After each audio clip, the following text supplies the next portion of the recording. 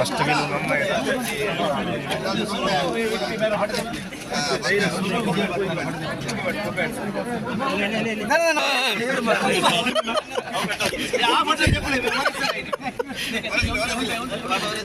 ಒಂದು ಉತ್ಸಾಹದ ಹತ್ತಿರ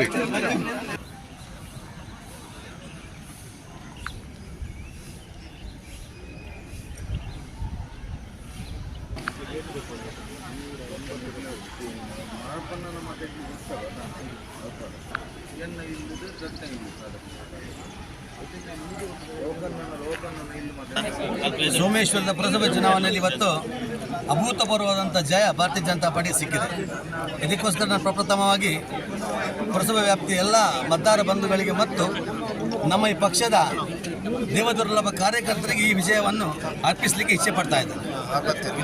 ಭಾಳ ಸಂತೋಷ ಆಗ್ತಾ ಇದೆ.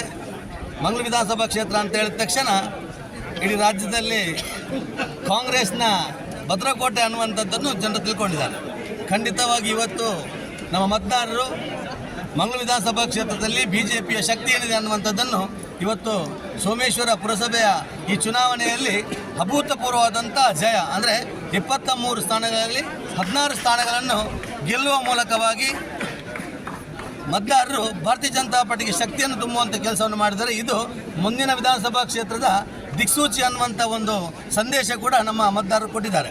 ಹಾಗಾಗಿ ಇವತ್ತು ಈ ಸಭೆಯಲ್ಲಿ ಈ ಒಂದು ಚುನಾವಣೆಯಲ್ಲಿ ಬಹಳ ಅಭೂತಪೂರ್ವವಾದಂಥ ಗೆಲುವು ಭಾರತೀಯ ಜನತಾ ಪಾರ್ಟಿಗೆ ಆಗಿದೆ.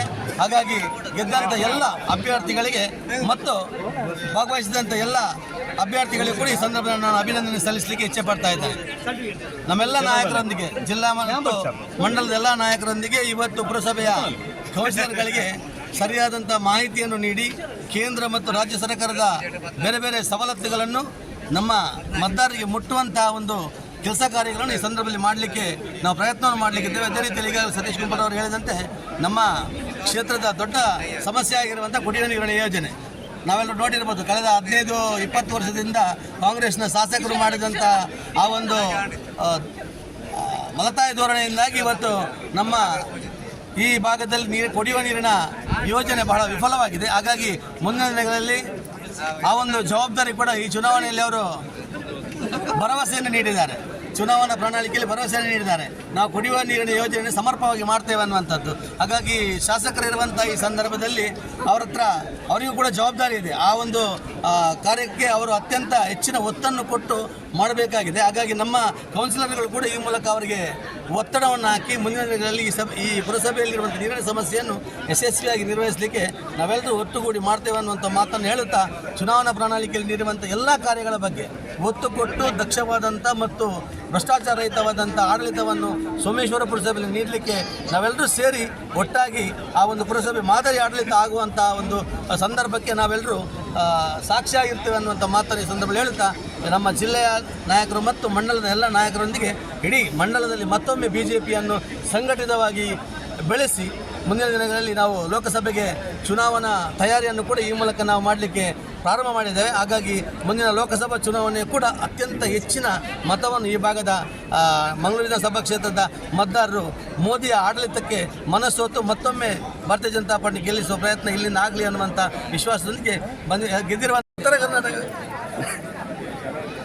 ದಕ್ಷಿಣ ಕನ್ನಡ ಜಿಲ್ಲೆಯ ವಿಶೇಷವಾಗಿ ಕರ್ನಾಟಕ ರಾಜ್ಯದಲ್ಲಿ ಅತ್ಯಂತ ದೊಡ್ಡ ಗ್ರಾಮ ಪಂಚಾಯತ್ ಆಗಿದ್ದಂಥ ಸೋಮೇಶ್ವರ ಇವತ್ತು ಪುರಸಭೆಯಾಗಿ ಮೇಲ್ದರ್ಜೆಗೆ ಏರಿಸಿದ ನಂತರ ಈ ಒಂದು ಪ್ರಥಮ ಬಾರಿಗೆ ಆಗುವಂಥ ಚುನಾವಣೆಯಲ್ಲಿ ಇವತ್ತು ಭಾರತೀಯ ಜನತಾ ಪಾರ್ಟಿ ಐತಿಹಾಸಿಕವಾದ ಒಂದು ದಾಖಲೆಯ ವಿಜಯವನ್ನು ಗಳಿಸಿದೆ ಅಂತ ಹೇಳಲಿಕ್ಕೆ ನಾನು ಅತ್ಯಂತ ಸಂತೋಷ ಪಡ್ತೇನೆ. ಈ ಸಂದರ್ಭದಲ್ಲಿ ಸೋಮೇಶ್ವರ ಗ್ರಾಮದ ಎಲ್ಲ ಮತದಾರ ಬಂಧುಗಳಿಗೆ ನಾನು ಅತ್ಯಂತ ಹೃದಯಪೂರ್ವಕವಾಗಿ ಧನ್ಯವಾದವನ್ನು ಸಲ್ಲಿಸ್ತಾ ಇದ್ದೇನೆ. ನಮ್ಮ ಕಳೆದ 3 ದಶಕಗಳಿಂದ ಭಾರತೀಯ ಜನತಾ ಪಾರ್ಟಿಯನ್ನು ಕೈ ಹಿಡಿದಿದ್ದಂಥ ಸೋಮೇಶ್ವರ ಗ್ರಾಮ ಪಂಚಾಯತ್ ಇವತ್ತು ಮತ್ತೆ ಗ್ರಾಮ ಪಂಚಾಯತ್ ಮತ್ತು ಆಡಳಿತಾತ್ಮಕವಾಗಿ ಭಾರತೀಯ ಜನತಾ ಪಾರ್ಟಿ ಗ್ರಾಮ ಪಂಚಾಯತ್ ಇದ್ದಂಥ ಸಂದರ್ಭದಲ್ಲಿ ಅತ್ಯಂತ ಕ್ಲಿಷ್ಟಕರ ಸಂದರ್ಭದಲ್ಲಿ ಸಂಪನ್ಮೂಲದ ಕೊರತೆಯ ಸಂದರ್ಭದಲ್ಲಿ ಕೂಡ ಗ್ರಾಮ ಪಂಚಾಯತನ್ನು ಸಮರ್ಥವಾಗಿ ಆಡಳಿತ ಮಾಡುವುದರ ಮುಖಾಂತರ ಜನಸಾಮಾನ್ಯರ ವಿಶ್ವಾಸ ಗಳಿಸಿದೆ ಎನ್ನುವುದನ್ನು ಇವತ್ತು ತೋರಿಸಿಕೊಟ್ಟಿದ್ದಾರೆ.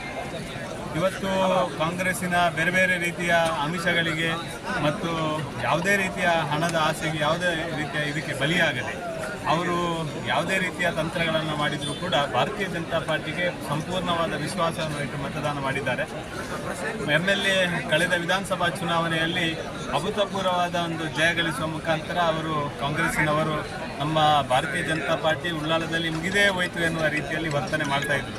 ಇವತ್ತು ಸೋಮೇಶ್ವರದಲ್ಲಿ ಅದಕ್ಕೆ ತಕ್ಕ ಪ್ರತ್ಯುತ್ತರವನ್ನು ಕೊಡುವುದರ ಮುಖಾಂತರ ವಿಶೇಷವಾಗಿ ರಾಜ್ಯದಲ್ಲಿ ವಿಧಾನಸಭೆಯ ಸ್ಪೀಕರ್ ಇರುವಂಥ ಒಂದು ಸ್ಥಳದಲ್ಲಿ ವಿಧಾನಸಭಾ ಕ್ಷೇತ್ರದಲ್ಲಿ ಇವತ್ತು BJPಯನ್ನು ಜಯಗಳಿಸುವುದರ ಮುಖಾಂತರ ಭಾರತೀಯ ಜನತಾ ಪಾರ್ಟಿ ಮತ್ತೆ ಕರ್ನಾಟಕ ರಾಜ್ಯದಲ್ಲಿ ದೇಶದಲ್ಲಿ ಮತ್ತೆ ಆಡಳಿತ ನಡೆಸ್ತದೆ ಎನ್ನುವುದಕ್ಕೆ ಒಂದು ದೊಡ್ಡ ದಿಕ್ಸೂಚಿಯ ಒಂದು ಮತದಾನ ಆಗಿದೆ ಅಂತ ನಾನು ತಿಳ್ಕೊಂಡಿದ್ದೇನೆ.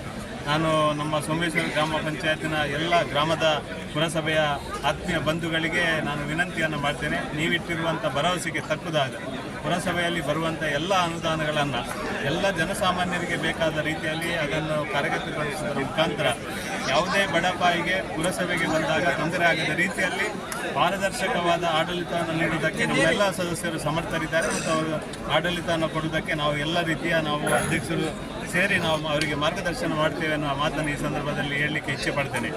ಜನರಿಗೆ ಬೇಕಾದಂಥ ಮೂಲಭೂತ ಸೌಕರ್ಯದ ಬಗ್ಗೆ ನಾವೇನು ಭರವಸೆಯನ್ನು ಕೊಟ್ಟಿದ್ದೇವೆ ಆ ಎಲ್ಲ ಭರವಸೆಗಳನ್ನು ಪೂರೈಸುವಂಥ ಕೆಲಸ ಪ್ರಾಮಾಣಿಕವಾಗಿ ಮಾಡ್ತೇವೆ. ಈ ಗ್ರಾಮದಲ್ಲಿ ಕುಡಿಯುವ ನೀರಿನ ದೊಡ್ಡದಾದಂಥ ಒಂದು ಸಮಸ್ಯೆ ಇದೆ. ಈ ಸಮಸ್ಯೆಯನ್ನು ಕೇವಲ ಪುರಸಭೆ ಅಥವಾ ಗ್ರಾಮ ಪಂಚಾಯತಿನಿಂದ ಸರಿ ಮಾಡಲಿಕ್ಕೆ ಸಾಧ್ಯ ಇಲ್ಲದಿದ್ದರೂ ಕೂಡ ಈ ಚುನಾವಣೆಯಲ್ಲಿ ಕೆಲವು ಕಾಂಗ್ರೆಸ್ಸಿನ ಕೆಲವು ಮುಖಂಡರು ನಾವು ಪೂರ್ಣ ಪ್ರಮಾಣದ ಶುದ್ಧ ಕುಡಿಯುವ ನೀರಿನ ಇದನ್ನು ತರ್ತೇವೆ, ಎಲ್ಲ ಜನರಿಗೆ ನೀರು ಕೊಡ್ತೇವೆ ಅಂತ ಭರವಸೆಯನ್ನು ಕೊಟ್ಟಿದ್ದರು. ಅವರಿಗಿರುವಂಥ ಒಂದು ದೊಡ್ಡ ಜವಾಬ್ದಾರಿ ಇದೆ. ಇವತ್ತು ಅವರದೇ MLA ಅವರದೇ ಸರ್ಕಾರ ಇರುವ ಕಾರಣ ಕೇವಲ ಸೋಮೇಶ್ವರಕ್ಕೆ ನಾವು ಪೂರ್ಣ ಪ್ರಮಾಣದ ನೀರು ಮಾಡಲಿಕ್ಕೆ ಸಾಧ್ಯ ಇಲ್ಲ. ಯಾಕೆಂದರೆ ಪುರಸಭೆಯಲ್ಲಿಯ ಇತಿಮಿತಿಯ ಒಳಗೆ ಪುರಸಭೆಯ ವ್ಯಾಪ್ತಿಯ ಒಳಗೆ ಏನೆಲ್ಲ ನೀರಿನ ಸಮಸ್ಯೆಯನ್ನು ಸರಿ ಮಾಡಲಿಕ್ಕೆ ಸಾಧ್ಯ ಉಂಟು ಅದನ್ನೆಲ್ಲ ಮಾಡುವಂಥ ಪ್ರಾಮಾಣಿಕ ಪ್ರಯತ್ನ ಮಾಡ್ತೇವೆ.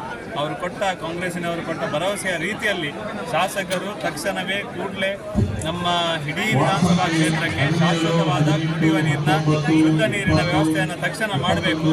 ನಾವು ಮುಂದಿನ ದಿನಗಳಲ್ಲಿ ಈ ಒಂದು ಅವರ ಈ ಒಂದು ಭರವಸೆಯ ಇದಕ್ಕೆ ಒತ್ತಾಸೆಯಾಗಿ ನಾವು ಇದರ ಬಗ್ಗೆ ಖಂಡಿತವಾಗಿ ಇದರ ಹಿಂದುಗಡೆ ಇರ್ತೇವೆ ಅನ್ನುವ ಮಾತನ್ನು ಹೇಳಲಿಕ್ಕೆ ಇಚ್ಛೆ ಪಡ್ತೇನೆ.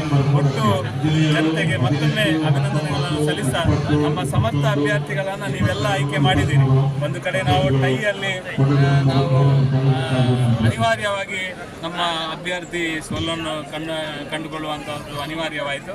ಇನ್ನೊಂದು ಒಂದೆರಡು ಕಡೆ ರಾಜಕೀಯ ಕಾರಣಕ್ಕೋಸ್ಕರ ಬೇರೆ ಬೇರೆ ಕಾರಣಕ್ಕೋಸ್ಕರ ಒಂದೆರಡು ಕಡೆ ನಮಗೆ ತೊಂದರೆ ಆಗಿರ್ಬೋದು. ಆದರೆ BJPಗೆ ಭರಪೂರ ಅಂದರೆ ಯಾವ ರೀತಿ ಬಹುಮತವನ್ನು ಕೊಡಬೇಕಾ 23ರಲ್ಲಿ 16 ಸೀಟುಗಳನ್ನು ಗೆಲ್ಲಿಸಿಕೊಡುವ ಮುಖಾಂತರ ಭಾರತೀಯ ಜನತಾ ಪಾರ್ಟಿಗೆ ದೊಡ್ಡದಾದ ಒಂದು ಬೆಂಬಲವನ್ನು ಗ್ರಾಮದ ಜನತೆ ಕೊಟ್ಟಿದ್ದಾರೆ.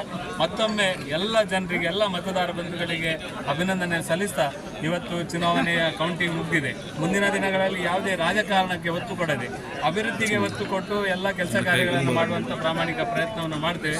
ನಮ್ಮ ಎಲ್ಲ ಅಭ್ಯರ್ಥಿಗಳು ಕೂಡ ಎಲ್ಲ ಜನಸಾಮಾನ್ಯರ ನಿನ್ನ ಪಾರ್ಟಿ ಯಾವುದು, ನಿನ್ನ ಪಂಗಡ ಯಾವುದು, ನಿನ್ನ ಪಕ್ಷ ಯಾವುದು ಅಂತ ಕೇಳದೆ ನಿನ್ನ ಸಮಸ್ಯೆ ಏನಿದೆ ಆ ಸಮಸ್ಯೆಗೆ ಸ್ಪಂದನೆ ಮಾಡುವಂಥ ಪ್ರಾಮಾಣಿಕ ಪ್ರಯತ್ನವನ್ನು ಭಾರತೀಯ ಜನತಾ ಪಾರ್ಟಿಯ ನಮ್ಮ ಎಲ್ಲ ಗೆದ್ದಂಥ ಕೌನ್ಸಿಲರ್ಗಳು ಮಾಡ್ತಾರೆ ಎನ್ನುವ ವಿಶ್ವಾಸದ ಒಟ್ಟಿಗೆ ಅವರ ಜೊತೆಗೆ ನಾನು ಅಧ್ಯಕ್ಷರು ನಾವೆಲ್ಲ ಪೂರ್ಣ ಪ್ರಮಾಣದಲ್ಲಿ ಅವರ